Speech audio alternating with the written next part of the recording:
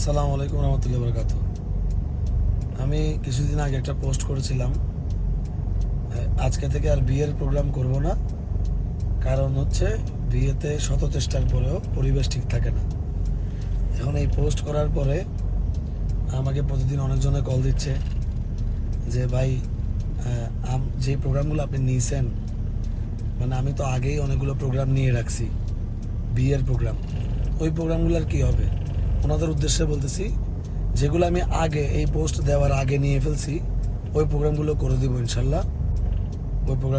আমি করে দিব, কিন্তু পরবর্তীতে আমি আর কোনো বিয়ের প্রোগ্রাম নিব না। এটা হচ্ছে প্রথম কথা। আরেকটা কথা হচ্ছে, এটা হচ্ছে বিয়ে শাদীর ব্যাপারে কথা শেষ। মানে বিয়ের প্রোগ্রাম আমি আর করব না, কারণ বিয়ের প্রোগ্রামে আদব ঠিক রাখতে পারে না কেউ। আর আরেকটা কথা হচ্ছে, বিয়েতে আমি প্রোগ্রাম করতাম একটা কারণে, কারণ দেখা গেছে কি এসব বিয়ে শাদীকে কেন্দ্র করে অনেক অপসংস্কৃতি চলতো।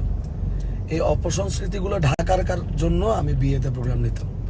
মানে বিয়ের মধ্যেও চিন্তা করছিলাম যে মাইজনারি কালাম যদি বিয়েতেও চলে, মানুষ অপসংস্কৃতি থেকে মুক্ত হয়ে একটা সুশীল সংস্কৃতির মধ্যে আসতো।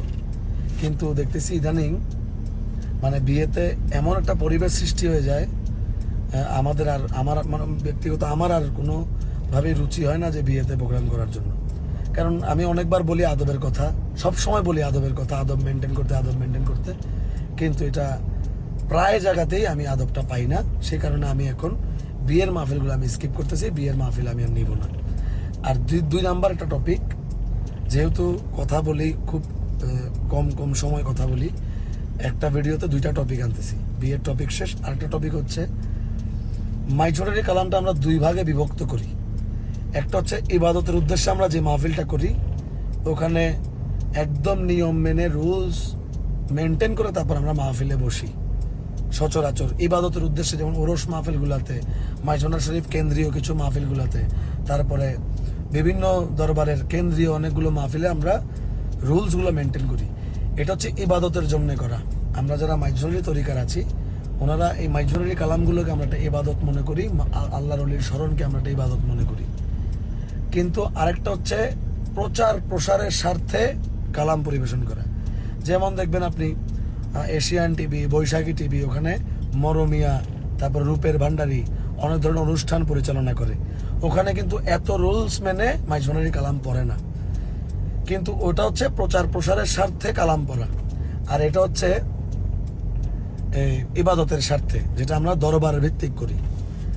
এখন প্রচার প্রসারের স্বার্থে যে কালামগুলো আমরা পড়ি, ইবাদতের স্বার্থে যে কালামগুলো পড়ি, এগুলাকে আপনারা একসাথে মেলাবেন না। কারণ আমি কিছুদিন আগে একটা উদাহরণ হিসেবে বলি, কিছুদিন আগে ব্রাহ্মণবাড়ি একটা প্রোগ্রাম করছিলাম। ওই প্রোগ্রামে মিনিমাম 15,000 ইয়ং জেনারেশন ছিল, 15,000 ইয়ং ছেলেরা ছিল। এই 15,000 ছেলের মধ্যে 80%ই বুঝে না যে মাইজভান্ডারি সঙ্গীত কি। ওরা শুধুমাত্র সঙ্গীতটাকে বুঝে। এখন ওদেরকে যদি আমি মাইজভান্ডারি সঙ্গীতটা বুঝাইতে যাই, ওই ক্ষেত্রে আমার আগে এই প্রচার প্রসারের স্বার্থে কালাম যেভাবে পড়া হয় এভাবে পড়তে হবে। এরপরে আস্তে আস্তে আদবের বিষয়, আস্তে আস্তে আসে তরিকার বিষয়, আস্তে আস্তে আসে ইবাদতের বিষয়। সুতরাং আপনারা এই দুইটার জিনিসকে কোনোভাবে এক করবেন না, এই হচ্ছে অনুরোধ। আর বিয়ের প্রোগ্রামগুলো আমি আর নিব না, কিন্তু যেগুলো নেওয়া আছে ওগুলো আমি করে দিব ইনশাল্লাহ।